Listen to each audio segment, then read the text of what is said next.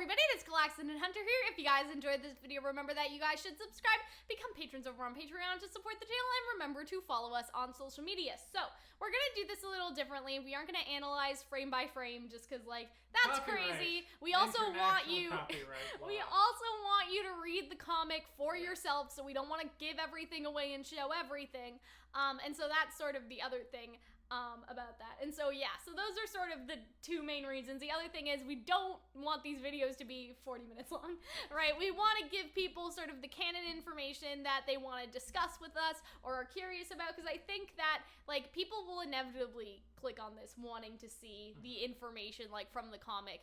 But I think that'll also help sort of make people decide to read it, you know what I mean? And, like, engage in that conversation with us because they see that there's things worth talking about. And I think that's what people like with RWBY, right? That they're able to sort of discuss. And so you guys should read the comic, join in the discussion. There is a lot of information to unpack here, so we're gonna sort of talk about that. First of which is apparently Tai Yang is a really terrible home builder because there's just an absolute infiltration of raccoons in that house. This picture of them, but Raven's not there. So that's the first interesting part, is that this is when they were kids. Yeah. So Raven has already been exiled from the group. Meanwhile, you have a bunch of just raccoons. I guess, because Miles always says, right? So this is why I wanted to talk about this panel. Miles has said that he wants to add more animals in RWBY, but there's no reason. So this is Miles's wishes, I guess, coming true. This is what happened that after Miles has got a dog. Now he's like, alright, let's just have there be 4 raccoons. It's almost her birthday, and we still have cake, but my dad, his friends, I wonder who that could be. Like Oobleck, Port, the raccoons. And so they won't talk about Summer Rose being dead, or about her, I guess. And they're probably sad, as RWBY says. Remember, this is from Kid RWBY, right? And so it's not necessarily as super eloquent, if that makes sense. Like, she's like, maybe they're sad, and so Yang comes out of how did she get in here unless she was in the attic? Because it's a hug from above, and she's sitting on this.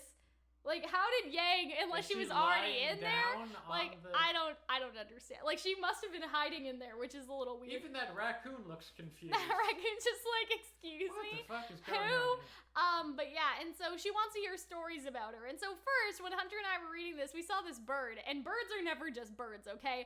Birds are never just birds in RWBY, so... I saw that and I was immediately like, oh, I wonder if that's Raven. And so, here's an interesting part. I can help you want to know stories about Summer Rose. She was my mom too, you know, no matter what Dad's neighbors say about half or stepped or whatever. So Tai Yang's neighbors, okay, they're talking shit. They are talking shit about Tai Yang and his multiple relationships, okay? Because it's not his friend. Like, oh, Dad calls us stepsisters. No, it's his fucking neighbors, okay? His fucking neighbors are gossiping about how he slept with Raven and then slept with Summer. Yeah! Is that not what it is? Like, that's what Dad's neighbors say. Like, they're all just getting slut-shamed? Basically, tell me the ballad of the hero of Beacon. Okay, so this is a nice graphic, first of all, but she's so pretty. Once Summer Rose rescued a princess in a tower that was high in the mountains. So I feel like that Yang, you know, she's lying. But she's taking stories that she already knows. And who do we know about the story about a girl in a tower? Who? It's Salem. It's Salem. Okay. And I like how she makes this little potato summer. I don't know why. She had to use her sword to get through a whole maze to do it. And remember, there's not a maze, but there are, like, guards in Salem's castle. So anyway, she killed the biggest Grimm ever. It was like 1 billion feet tall, as big as a building. It was taller than Dad. And I really like this line, okay, because I think that it shows that the people that are writing the comic, when people write kids, it's either terrible or, like, really good. Like, there seems to be nowhere in between. No child would act like this. Children are like, yeah, it's taller than Dad. Like, sometimes their dad is the biggest person in the world, you know what I mean? And so, like, I feel like that they're doing a good job at differentiating the kid dialogue from the grown-up dialogue, if that makes sense. And also not making, like, what fucking kid would say that? Like, we haven't had a moment and just with the that nonsensical logic of, I like if it says guy knights, lady knights, human knights, and faunus knights. Like, the 4 genders. For some reason, I know, it's probably comma, human knights, and faunus knights of both, you know, anyway. And just, like, she's trying so desperately to to make RWBY feel more at home and like better, build that she's Summer talking up, about right? cookies. Yeah. Can you just go back for a Because RWBY moment likes there? cookies, yeah? Is that, like, I genuinely, as much as this I think is played for laugh, I do genuinely, the idea of Yang, like, telling this story. I know, it's really sweet, isn't it? Like, this is gonna make me cry. And, like, very affecting. Yeah, I have little goosebumps. I don't know if you guys can see that. I had goosebumps for like a second. It was happening. But like, I don't know, it's just really sad, isn't it? Like, it's emotionally impactful. And obviously, like, Hunter and I are reading here together in the basement. Like, the illusion is not necessarily there, like, if your head was immersed in a book by yourself. But at the same time, it's like, I don't know, it just makes you feel things, okay? Now that's the truth, all right? And so... yeah, so Yang is helping with the chores, and RWBY gets to slack off. Basic older sister, younger sister dynamic here, okay? Anyway, wow, my mom really was the hero of Beacon. Hey, little Blackbird, do you want to hear a story about my mom? I know lots. And then, right. Raven says what? Presumably, Raven is fucking talking. As a bird. Which is Raven strange. can talk in her bird form. That is fucking scary, okay? And like RWBY looking back on this memory after volume 5 and 6 must realize that was Raven, because she knows that Crow can turn into a bird now. So she probably realizes it wasn't just fucking fucking random talking bird. Like 5, so yeah, like, maybe she doesn't remember. This? I don't know. Like, you know lies, and I'm like, what the hell? I'm like, what are you talking to me? And so she doesn't even like. She's like, what? And the bird just goes off you on one. all truly believed all that fodderol. Anyway, about what a magnificent, perfect wife and huntress your mother was. Yang is in Summer Rose's daughter. Summer Rose could never be a true mother to Yang. She was weak, and no child of hers could be better. And I'm just like, what the fuck, Raven? Like, who the fuck? What ruffled your feathers?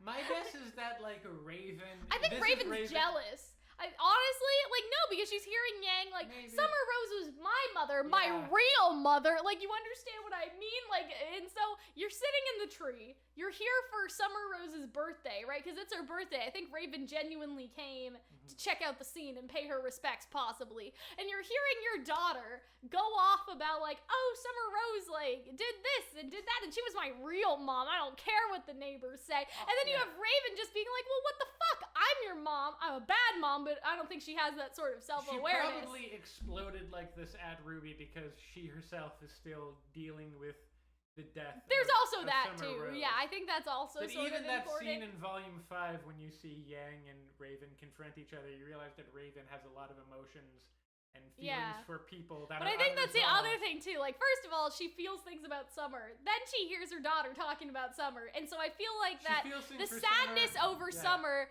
like snapped to rage real quick. Like, she's having all these sort of feelings. And I'm just like, what the fuck, Raven? She feels for herself at being a poor mother to Yang. Yeah. She is putting off Summer Rose is Yang, sort of remembered as perfect. Like, just putting all off of these on other RWBY things. Yeah. And her failures. And she sees anger RWBY for her as failures. Summer, right? Yes. They look exactly alike. That probably also hurts. Like, there's just a bunch of things. Like, that hurted, okay? Lots of things are hurting here. So, now she's crying into her potato mom. And so, RWBY, baby sister, what's wrong? See, that's one of those things where I'm like, baby sister. Like, nobody talks like that. But yeah, she chucks the Summer Rose potato at Raven.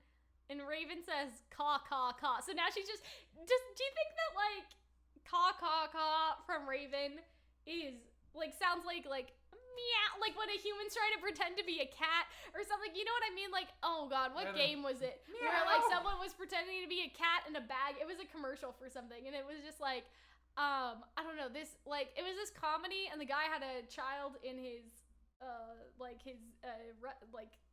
gym bag or something. Like, I don't remember what the plot was, but he was like, meow, like, to pretend it was a cat or something. And that's just all I think of. Like, do you think Raven's like, caw, caw, like, you know, she's just trying to pretend to be a bird? Or do you think that's a genuine sound that manifests out of her? Way to really shoot the dramatic tension of this scene in I'm sorry, we're talking about the canon parts. I need to name this video Raven Said What. So anyway, were they true Yang? And Yang's just like, no. Crying. And obviously Crow's here. Because they all also, like, Tai Yang was what if the plot twist was that Crow said all that shit? He was the bird, because he was right here. But he probably didn't, because that would be mean. A raven, you say? Very interested in telling you Summer Rose wasn't a great mother, especially to Yang.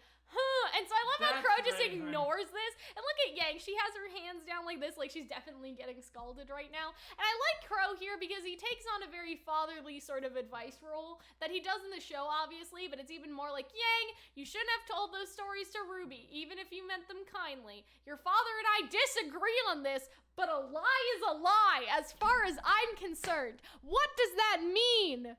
RWBY, what does that mean? Sketchy sometimes? No! He says a lie is a lie. He's saying there's no little white lies. You understand? Like Crow saying, your father and I disagree on this, but a lie is a lie as far as I'm concerned. Crow is saying that no tolerance lie policy, which, a couple things. First of all, Ozpin lied. Yeah.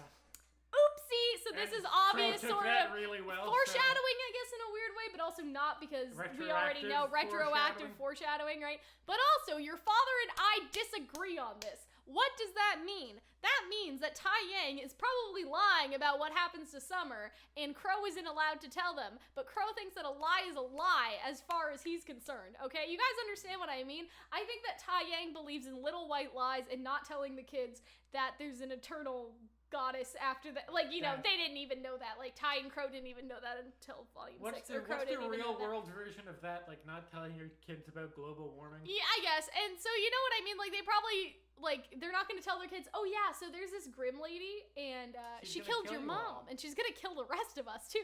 You know, but Crow is saying a lie is a lie as far as I'm concerned. I feel like that has to do with Summer, that Tai Yang is giving them little white lies about what actually happened, whereas Crow would tell them the truth if they were his kids. But they're not. And even Raven didn't tell them the truth. And even now Crow hasn't told RWBY the truth about what happened to Summer. So, you know, that's kind of interesting too, like in terms of the stuff with the show. But yeah, Ozpin lied to Crow, and now we know that this is Crow's personal philosophy, that a lie is a lie no matter what, even if it's to protect someone, even if it's a little white lie. So I think that's interesting. And I think that Tai Yang is now a little more sketchy. And I think he's doing it out of the goodness of his Tai Yang heart, but at the same time, anyway, big girls do not lose their tempers every time a bird insults their mother. And I'm just like, it's a very famous proverb. I'm surprised you haven't heard of it before. I imagine that, and I'm just like, that's such a great line. Like, I love these people, like the writers. Really, and so maybe I can tell you the truth. Your mother didn't use a sword like Yang told you.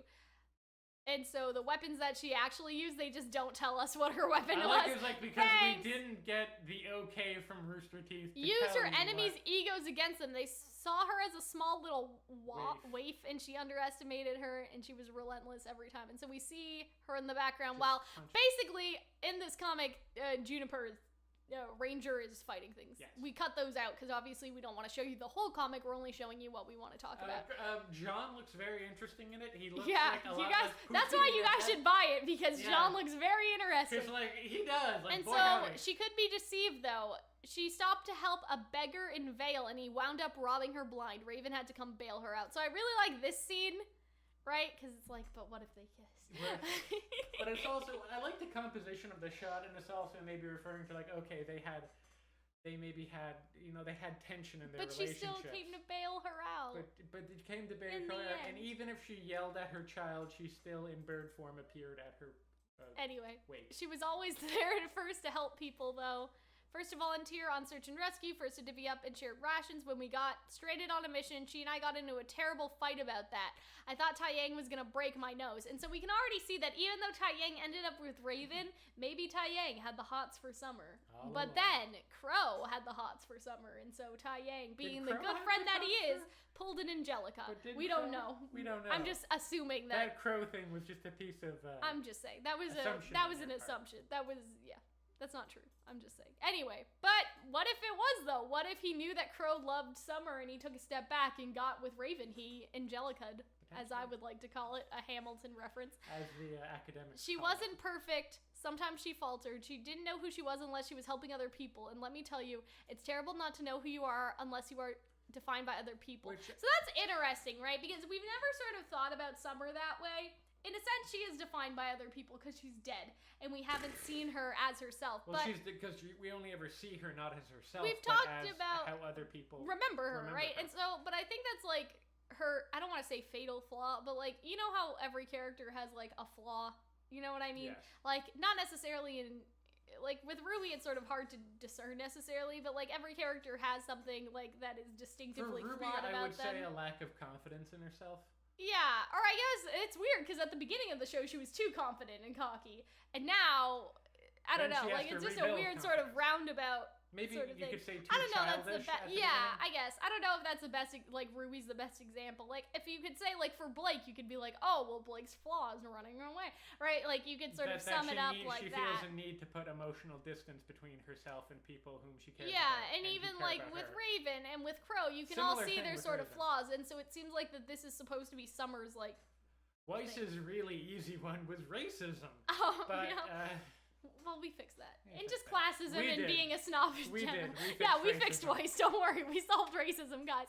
She loved you both more than I think you can even imagine. So here's the thing about that. Like, obviously, that's just a thing that parents, like, say, you know. She loved you both more than you can even imagine. Like, that's just a line. But what if that's true? Okay, and what I mean by that is, like, what if, like, Summer, like, sacrificed herself somehow for RWBY and Yang? Like, so maybe, like, so Salem couldn't find out about them or, like, something like that. And so her ultimate sacrifice was protecting them until they were old enough to, like, fight back against Salem. We don't know. I think that would be interesting. But yeah, so those are just the facts with Calxiyn and Hunter, okay? We just went through the facts. We did not analyze every panel.